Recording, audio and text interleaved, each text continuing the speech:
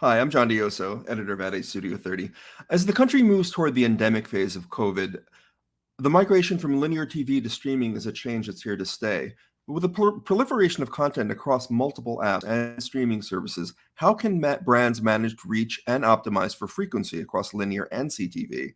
How can they measure true ROI and ensure their inventory partners are meeting viewability and fraud prevention standards while maintaining consumer privacy?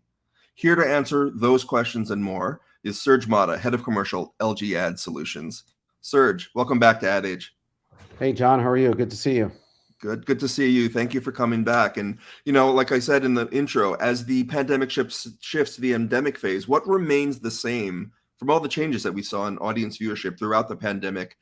Are we back to normal, and if there even is a normal? I was about to say, what is normal? Exactly. Honestly, the new normal is, I think we're going to see more longer viewing sessions on streaming. I think the world of streaming is here to stay. It's not all of a sudden people are gradually going back to work, but I think a lot of people are still working from home these days, or a hybrid approach. Ultimately, all of the platforms and the OEMs and the streaming companies have invested a ton of money in here. They have the eyeballs. We're starting to seeing that. We're seeing longer viewing sessions. We're seeing a lot more opportunity for advertisers. This is the new norm. Streaming is not going away from AVOD to SVOD. You're hearing news, in the past couple of weeks. The big behemoth of Netflix announcing they might start having an ad supported. You heard that with Disney Plus. This is the new norm. And honestly, the other thing to think about is, from a streaming perspective, it's the way to optimize spend across your platforms, right? Across platform, for both reach and frequency, leveraging tools like ACR. And other than that, you can really try to figure out how much to spend on linear, how much to spend on streaming, where do you put your money, and how do you get the most effective ROI. But then, how do you? Isn't that the major challenge though that everybody's facing? Is how do they optimize that spend cross-platform? Concerning reach and frequency between linear and streaming. I mean, there seems to be the shift, and there is that awareness now, specifically from the behemoths on the streaming platforms, that ads are a thing that they're probably going to have to do and are doing. So that but the challenge for the advertisers is how do they optimize their Yeah, and spend I then? think I think it's listen. There's no magic bullet, right? Ultimately, but there is enough data out there. There's enough tools. I keep on harping the ACR.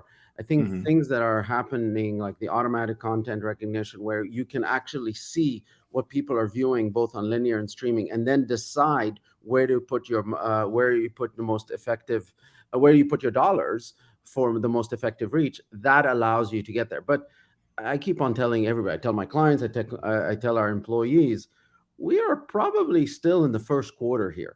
We are nowhere close to even halftime, and I think there's still a lot more room for growth. There's a ton more room for growth. You're seeing that, and there's a lot more. There's a lot more all of us can do.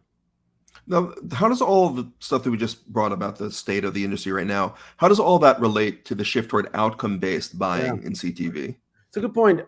We actually introduced something earlier this year where we went ahead and said, we went to the advertisers and said, don't pay us a dime until we guarantee you XYZ in terms of either incremental reach and frequency from linear, or demo guarantees based on age, gender, income, education, other demographic characteristics, or even like app installs or video completion rate.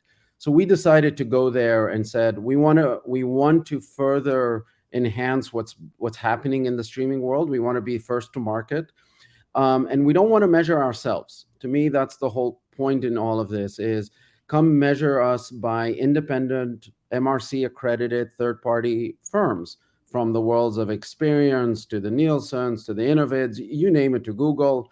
Don't really care. Come and independently verify us. Now, the reception of that among the agencies, we've heard this from many of our clients. We had just our new fronts a couple of weeks ago. The chief investment officer at Omnicom, Jeff Calabresi, was even mentioning, saying, listen, outcome buying is going to happen. Are we there yet? No, but we're still at the beginning of it. as we get there. It is really important to advertisers. They want to see it, they want to hear about it, but very, very early stages about where we're going. It's Outcome buying is not new in the industry, especially, it happened in online video, it happened in display, in mobile, and now we're bringing it to streaming. But it is something that I do think 2 to 3 years from now it will become the norm. Got it. And you were mentioning before, or somebody we were mentioning about multiple currencies. With all the talk about the search for a single currency, it seems kind of insane. What have you seen regarding support for an actually open ecosystem and just going all out with multiple currencies all at once? Yeah, listen, ultimately the world of a single currency, I think that world is no longer, right? I don't think I'm saying anything that's controversial. There's many multiple currencies that have started showing up, from what NBC is doing with iSpot and others, right? And I think that's all very healthy for the industry as a whole, for the whole ecosystem.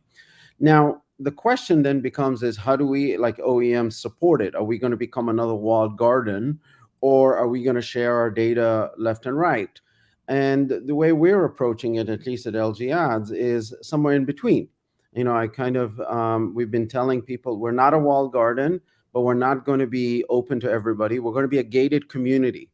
And what that means is we're going to basically give a passcode. And we're going to give a passcode to people that we want to do business with, based on the right terms, based on the right restrictions, and all of that. We've the first start to that, and within a gated community, you get a passcode right before you enter. So we went ahead and did a deal late last year with iSpot, where we are providing them our ACR data for measurement only. And so no one can say we're a walled garden by any stretch of the imagination. And we'll probably do more of those deals, right, for measurement Mhm. only. And I think that is something that's really important to do, like to enhance not just for iSpot, but for others. We can do it with, there's going to be others in the marketplace. You see what Nielsen just did with Vizio and others. And I think that's all great. We want others to have great data sets, and the measurement by itself will only improve over time. But the world of one single currency measuring all of this, yeah, I think that's behind us, and now we're going to be with the world of multiple, for sure. Obviously, we've been talking about the benefits of CTV as far as targeting goes, enhanced data, but along with those benefits, CTV has become a target for fraud. Anything that is that and growing, that data rich and growing, is a target for fraud. So how is the industry handling fraud and brand safety in CTV now? Similar to the same thing that we've talked about. Like, I still think we're also in the beginning. We're in the second or third inning here. We talk about viewability, we talk about brand safety. Now, again, I keep on harping on the ACR. That at least tells us what people are watching, what people are, the amount of time spent, what content they're viewing. There's a lot of things that we can leverage the ACR about. From a viewability, what is somebody turned on, is somebody actually watching that thing? So looking it down to a person level. So there's still stuff like, there was a report the other day by, I think it was Double Verify, how many TVs are Mhm. on with no one watching, right? Or vice versa, TVs are off. So there's a lot there. But from our perspective, leveraging the ACR and then being agnostic. I want to have as many, the IASs of the worlds, the human, what a Moat, Double Verify, as many of these guys come in and tell us and be integrated with us, and be from an inventory perspective, have all of our inventory be certified by the tag community, the tag certification, ads.txt. So there's a lot of compliance that you can do, but we need more standards out there. And I think we are, like I said, we're only in the second or third inning in this. Got it. And like you mentioned before, you said 2-3 years down the line, you think we'll be there. I think so. I think so. There's going to be a lot more technology that has to be created. I don't think it's all there yet, but I think we have to be all working together. We have to be open to it. And I think from an OEM perspective, at least I can only talk about LG Ads. Whatever makes sense for the advertisers, we will do. Ultimately, that's how we end up making money. And if we don't, if we don't listen to the advertisers, and they want fraud free, they want brand safety, they want 100% viewability, they want all of these metrics that they get today in traditional digital, to move into CTV, that has to be the case. And we will get there. And I think we will. I really do. Everything is a lot easier to measure on CTV. And as long as people are willing to cooperate with each other. Okay, last question. We have about a couple of minutes left. Look into your crystal ball, or is that an OLED ball? What developments can we expect in the next year ahead? You mentioned OEMs before. Talk a little bit about that to wrap us up. Yeah, listen, those OLED TVs are really, really good, by the way. I That's a know, I want one. plug for LG for sure. But listen, one of the things that we have seen, before I talk about the future, I really like to talk about what's happened in the past, right? And I think and how it affects the future going forward. So if you think about it, 3 or 4 years ago, the OEMs, LG, Samsung, did a fantastic job building quality TVs. We talked about the OLEDs. We talked about really picture quality, really great technology. But from a consumer experience, what was happening in order to stream, when somebody logged in and turned on those TVs, the consumer experience was terrible. It was really not great at all. And you couldn't find, half the time, you couldn't find the apps. You couldn't find where the content store was. You couldn't download. Even if you wanted to download the apps, half of them were not even available. So what did consumers do? What they went ahead and did is they bought the TVs because of all of the technology and the picture quality, but they went ahead and you saw the rise of HDMI sticks, in essence, from Google Chromecast to Apple TV to Roku, all of those. And that was just an explosion, right? And what Amazon Fire Stick, just a total explosion. Now, fast forward to right at the beginning of COVID, or even like maybe 6 months before COVID or before the pandemic, what happened?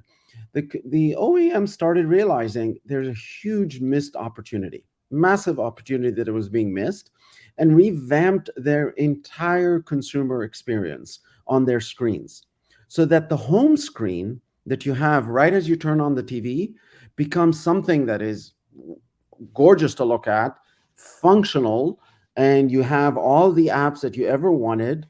You can see, you can go to the content store, you can go to the app store. It's very user friendly, and there's obviously ad units that you can go ahead and leverage. Now, what we're seeing is the overall decline in the sticks. Because why would you, if you go ahead and buy a TV, let's say 2020, 2021, 2022 model, there is no reason you need to supplement it with one of those external devices, because everything on the home screen is available. So that's today. So that's what you looked at it from where you were. This is where we are today. Now, what goes on in the future? What goes on in the future is more of the same. I think we're going to continue investing in a better consumer experience. CTV buying is a lot more flexible than traditional buying. We can do all sorts of creative things around audience segmentation, very granular audience segments, leveraging our ACR. We can run all sorts of interactive advertising. We're seeing, the introduction. I thought everything was like the QR codes was completely dead. Turns out COVID revived QR codes, and now leveraging it within CTV is a new experience.